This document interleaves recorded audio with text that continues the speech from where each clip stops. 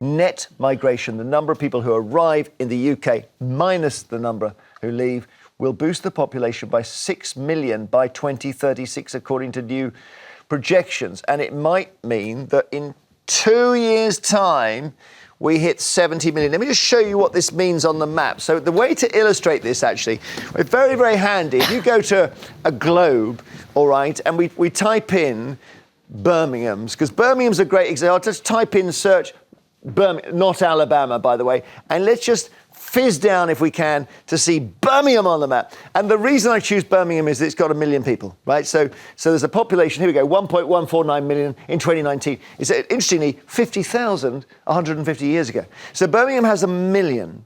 And what they're saying is that you'll add 6 Birminghams in about 12 years' time. 6 more Birminghams.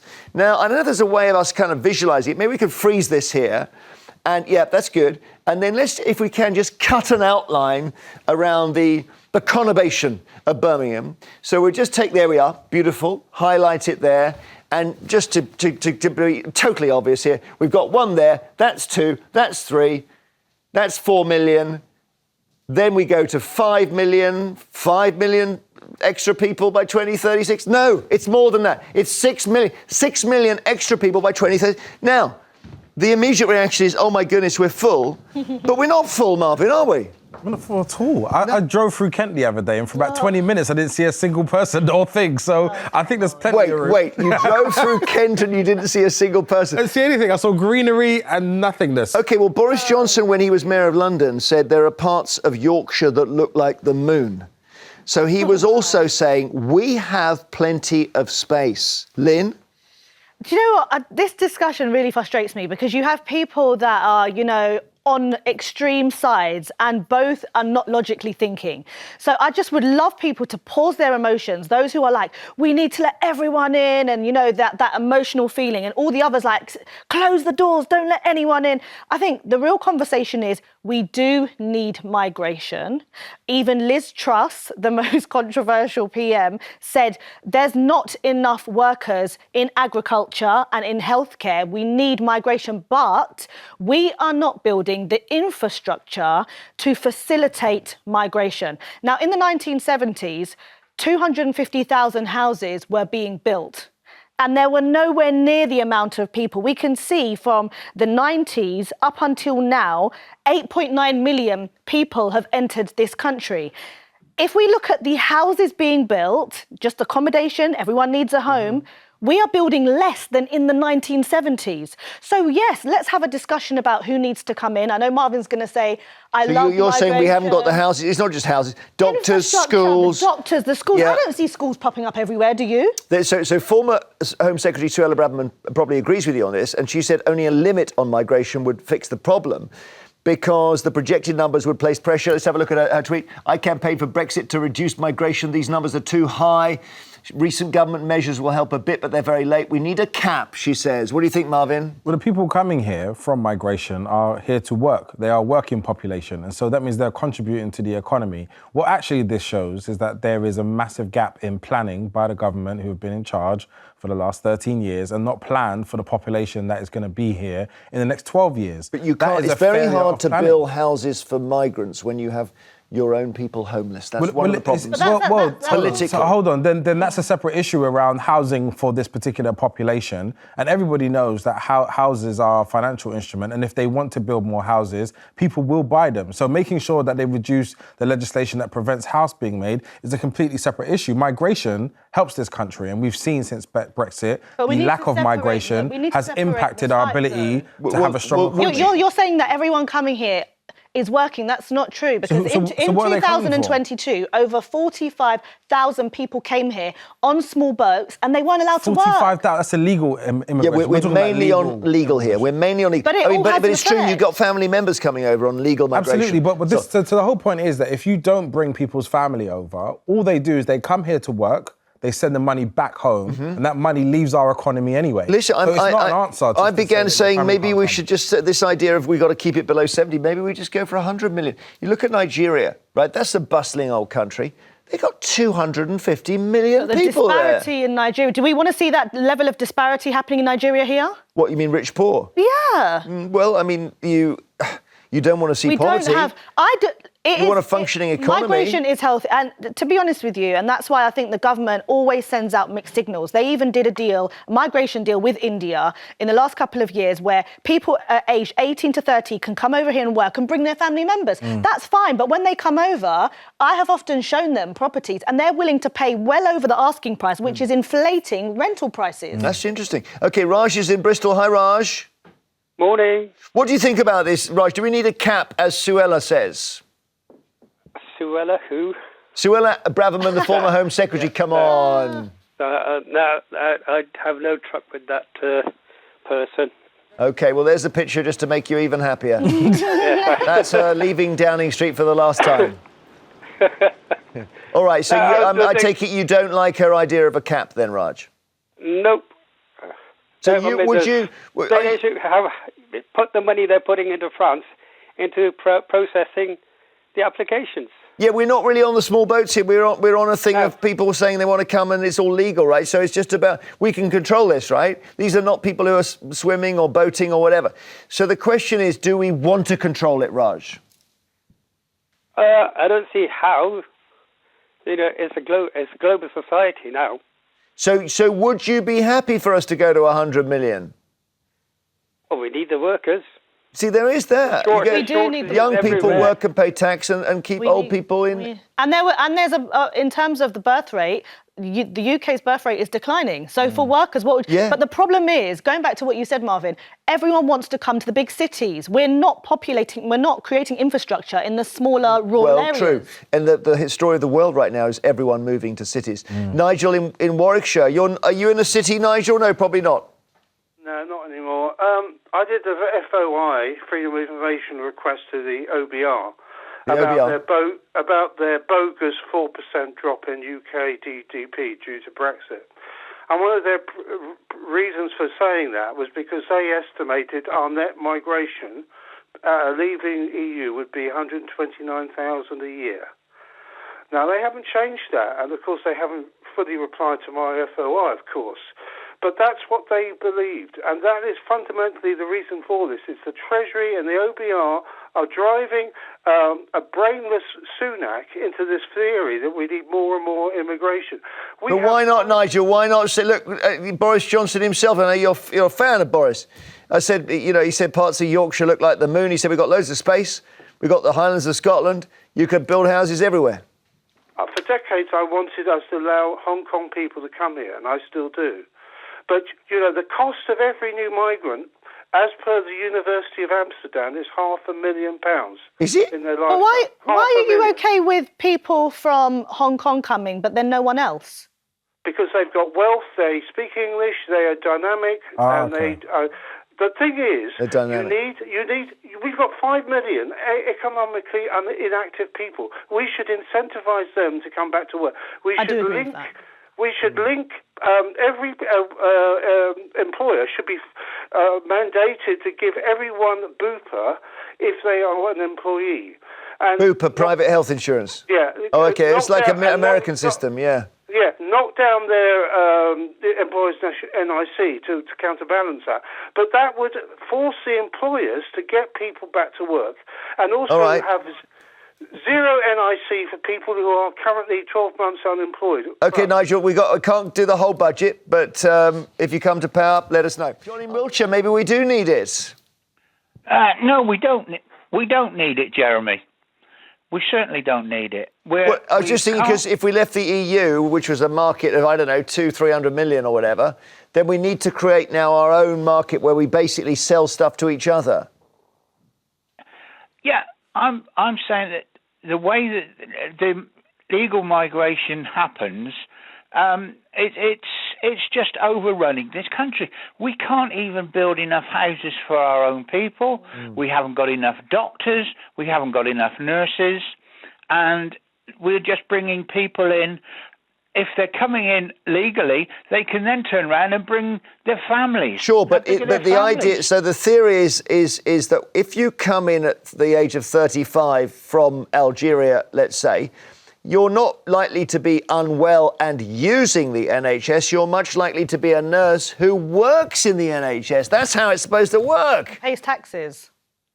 No, the people that this country is too inviting for people who want to buck the system. All right. Well, that's Marvyn. Is that fair that people are arriving to claim benefits, basically? No, people are not. People will come into work, and this is what free I said about healthcare system for the rest of your life is worth about £2 million. Absolutely is a huge benefit, and around the world, that's one of the few places where you can get that, and absolutely a reason why you'd come here versus maybe going to the US. But the fact is, they're coming here to work, to provide. They're coming here to create. And they create jobs and they actually spend money here. So that goes into our supermarkets and our whole infrastructure. What the actual concern is that no government has planned for the growth in population. By the way, the growth of population is a global thing. There are more people in the world there are today than there was 100 years ago. So that's going to happen regardless of how much migration we let in. Well, we were looking what we then need to do is plan. I was going to say, Birmingham, I suppose 130 years ago had 50,000 people in it. It's now got 1 million. And that's the story of the world. I mean, that's amazing. Thank you, John. I don't know what to think. Those extra 6 Birminghams are going to go straight into London and Birmingham and Manchester. They're not going to be evenly spread across where there's space. Will there be? Oh, I see. They will go urban. They will go straight into, and we can feel the cities are already overpopulated. But this is why investing in infrastructure matters. But if people are really against migration, you need to have a chat with us Brits who, we must be lazy because we're not filling the vacancies that need to be filled. Well, you may have hit on something there. I mean, I've talked to farmers in the past who just won't even employ Brits because they can't, for some reason, hear alarm clocks. Productivity. Jane in Stoke-on-Trent, hello. Hiya. What do you think, Jane? I mean, we're trying to turn this on its head. We're thinking maybe if we say, look, let's not worry about the numbers. Let's just take it as high as we can. No, well, in my opinion, we should be like Australia, taking the initial trades that we do need, and the people who are long-term claiming, get them trained into employment, because there's people I know who are second and third generation of people who claim and not even got no intentions of going out to work, and get them back into work. Yeah, I was in Stoke in your city maybe a couple of years ago, and I was thinking the city centre looks like it's having a bit of a hard time at the moment, and that's partly Amazon and everything, but it just looks like it's suffering a bit. Yes, it is, yeah. In Stoke, in Newcastle, in all the surrounding areas, it's more charity shops. It's everywhere. People are finding it hard to get employment because we're all about farmers. My family are farmers. Yeah. And they'd sooner have English, and they can't get any decent English people to come into work. Do you mean that the English people don't want to do the work, or...? No, they don't want to do it. I'm really surprised. Sorry, Jane. If they don't want to do the work or they're not hard workers, why would you want English? It's just to get people trained up to say there's no other option. If you want to before you claim, you've got to go out to work, and that's the only way to get people to say they've got to work and they've got to do the hours. I just don't think that works. What do you mean? I just don't think that particular approach has worked or will ever work. I think work to get your dole money. Well, I think ultimately people will find another way around. If you want to work, because I work for an intrinsic reason. I don't work for money, and I think maybe you're not. That's idealistic. No, but it's not idealistic. People, if you want to work, you will go up and get up and do something, and it's about being useful, which is a much deeper meaning than just making money. I don't think. But the problem is that we've kind of created it in a way where we start saying that they're lazy, and it's because we have very narrow skill sets that we actually celebrate here. And I think most people wanted to do other things. I think we need to broaden the skill sets and what this country is actually good for. Because if you think about it, that Silicon Valley in the US creates a whole different wealth for that country in a way that we don't have anything that mirrors it. How come the US... We're talking about traditional hard graft jobs. You used to have coal miners that were proud to be coal miners. You used to have people that would do 8 to 10 hours who were happy to pick fruit and vegetables, and they would have generations in their family doing those hard graft jobs. But I think the job market... Why is that? Because there is a theory that it's the X factor that's done it, that everyone grows up thinking that the way to earn a living is you go on stage, you win a talent contest, and you're famous for the rest of your life. And they would never, ever understand it. So once you start picking fruit, you've failed. Well, I don't think that people people are proud of their blue-collar jobs anymore. No. And Tony Blair had a lot to do with this. Everyone should go to university, and essentially, you're not proud to be working class anymore. People used to... Those jobs were taken away. The coal mines were shut down. I was giving an example. Agricultural jobs are still there. Plumbing, roofer, bricklayer, these are all vital. I know. They're not in Newcastle, Manchester and Stoke, those rural farming jobs. They don't exist there. Her family are but my farmers. point is, my point is we need other industries that can actually expand those major cities, especially in the north and in the southwest. You're talking about Silicon Valley. Let's get another call. Let's get another call, guys. Terry in Kent. Hello, Terry. Hi, sounds like you're having fun again. This idea of putting a cap on will never work. The thing is, if you put a cap on, that means you're going to stop nurses, doctors, social workers and people like coming in. And we haven't got the time to train people up in this country to do the job. So when are you going to do it? In 10 years, 15 years' time, after you trained a load of people up? And then, it's just never going to work. So what do you do then, Terry? You let people come if they want to come? Well, what is the alternative? I don't know. I mean, it's true, because if you had a cap of, let's say, 100,000, and the 100,000 and first figure was, I don't know, that guy who Putin's jailed for 20 years, and we say, no, sorry, you can't come because you're too late. That would, or Aung San Suu Kyi or whatever, we'd be turning away people who... Real people who are willing to contribute. Yeah, or the best brain surgeon in the world. Absolutely. The best brain surgeon in the world. It can't be done by numbers, it's got to be done by need. Yeah, all right, Terry, thank you. Roy in Wolverhampton, do you think we need a cap, like Suella Braverman says? No, there's plenty of shop doorways in Wolverhampton that are not taken yet. And we've got food banks that they can use. They won't be able to get a doctor or a dentist or a school, but there's plenty of shop doorways. Oh, you're being sarcastic, Roy. What do you mean they could be homeless? I'm not. If you walk around Wolverhampton, you'll see lots of folks sleeping in them doorways. Yeah, It's okay. happy for them to do that. But when the immigrants come, they've got votes brought in for them. They've got our hotels put up for them. But we're still quite happy for our folks to sleep in doorways. We are talking about legal migration here, Roy. So we're talking about leave aside the small boats, the stuff we can control, right? And so they come, maybe they're coming to work in health service or whatever, but the numbers are big. Or they come to study. And the question is whether you say these numbers are too big or whether you just say, no, let's just see what happens if we let people come because they want to come. We haven't got the room for the people that are here. Right. No, we haven't got to look after them. That's the strange thing, because there are definitely two schools of thought. I mean, on the one hand, literally, if you're walking through, sorry to mention London, you're walking through London on a busy day, you know how it is. If you suddenly decide to turn right, the guy behind you is going to bump into you. You have to I've started hand signals as a pedestrian. So the cities are crowded. The countryside isn't. Roy, thank you. Derek in Northamptonshire, what about it? 70 million by 2036? I find it rather disturbing. What, because culturally or economically or what? Well, I looked up, for example, recently the population density of New Zealand, which is a similar sized island nation to ourselves. And the population density there was 18 people per square kilometre. In England, already, we have a population density of 420 people per square. Is that right? That's amazing. Derek, I've got to leave it there because we've got to go to our break, but that is 18 per square kilometre compared to 420. I think Japan might be more politest nation on earth, so they're obviously not bumping into each other. After the break... It's different in Tokyo, just to be clear. What? It's different in Tokyo. Tokyo is much higher. Yeah, exactly, because they're mostly mountains. That's the point. If you look at the residential areas of Japan, it's much higher. Okay.